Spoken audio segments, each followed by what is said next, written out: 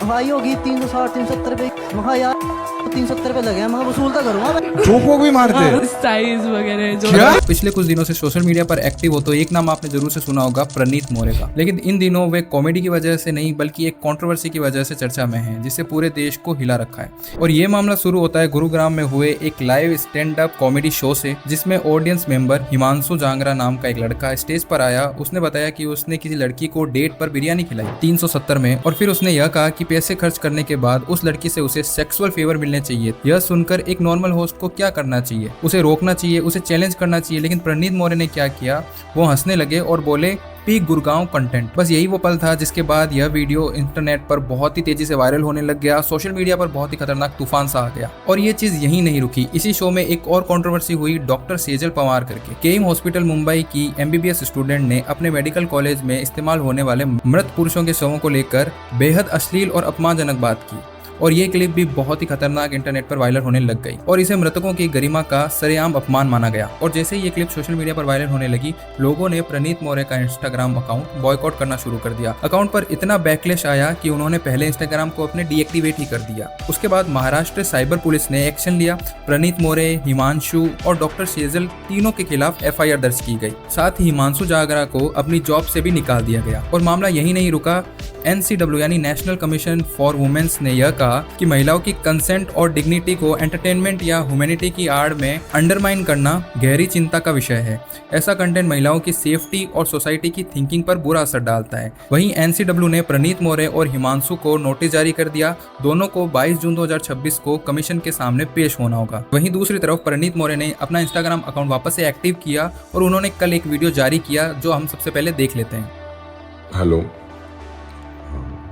तो ये बात मुझे एक्चुअली काफ़ी टाइम से करनी थी, बट मेरा इंस्टाग्राम सस्पेंड हो गया था। आप सबने मेरा क्राउड वर्क का वीडियो देखा रहेगा, जिसके लिए मुझे काफ़ी हेट मिल रही है। और मुझे ऐसे लगता है ये हेट मैं डिजर्व भी करता हूँ, क्योंकि उस लड़के से जब मैं क्राउड वर्क कर रहा था उसने काफ़ी डेरोगेटरी चीज़ें बोली, बट सब लोग उस पर हंस रहे थे, तो मैं भी कैरिड अवे हो गया और मुझसे लैप्स इन जजमेंट हो गया। और मुझे लगता है ये मेरी काफ़ी बड़ी गलती थी। मैं चाहता था तो मैं उसको वहाँ पे ही रोक सकता था या स्टैंड ले सकता था, बट जो मैं नहीं कर पाया, मैंने उसको एक प्लेटफॉर्म दिया जिसकी वजह से ये चीज़ें इतनी एस्केलेट हो गई। तो जिनको भी इस वजह से हर्ट हुआ है उन सब से मैं माफ़ी मांगना चाहता हूँ। जो भी लीगल प्रोसीडिंग्स मेरे अगेंस्ट हो रही है उसके लिए मैं अथॉरिटीज़ के साथ कोऑपरेट भी कर रहा हूँ। लेकिन आप सबसे मैं बस यही रिक्वेस्ट करना चाहता हूँ कि आप सब मुझे प्लीज़ एक चांस दो, मैं बेटर इंसान बन के दिखाऊंगा। मेरे लिए भी एक लर्निंग थी, तो मैं खुद के ऊपर भी काम कर रहा हूँ, मैं अपने कंटेंट के ऊपर भी काम करूँगा, और ये चीज़ आप फ्यूचर में मेरे काम में भी देख पाओगे। इस वीडियो को देखने के बाद में आपको बहुत सी चीजें क्लियर हो गई होगी। उन्होंने अपने रिएक्शन को लैप्स इन जजमेंट बताया और वादा किया कि आगे से वे एक बेहतर इंसान बनेंगे। और लेटेस्ट अपडेट यह है कि MBBS स्टूडेंट सेजल को केईम हॉस्पिटल और मेडिकल कॉलेज ने 15 दिन की फोर्स लीव दे दी है और उन्हें कॉलेज और हॉस्पिटल में आने पर भी रोक लगा दी है। एक 5 मेंबर कमेटी भी 7 दिनों में इंक्वायरी रिपोर्ट सबमिट करेगी। और इस पूरे मामले को लेकर इंटरनेट पे बहुत अलग अलग सी बहस भी चल रही है।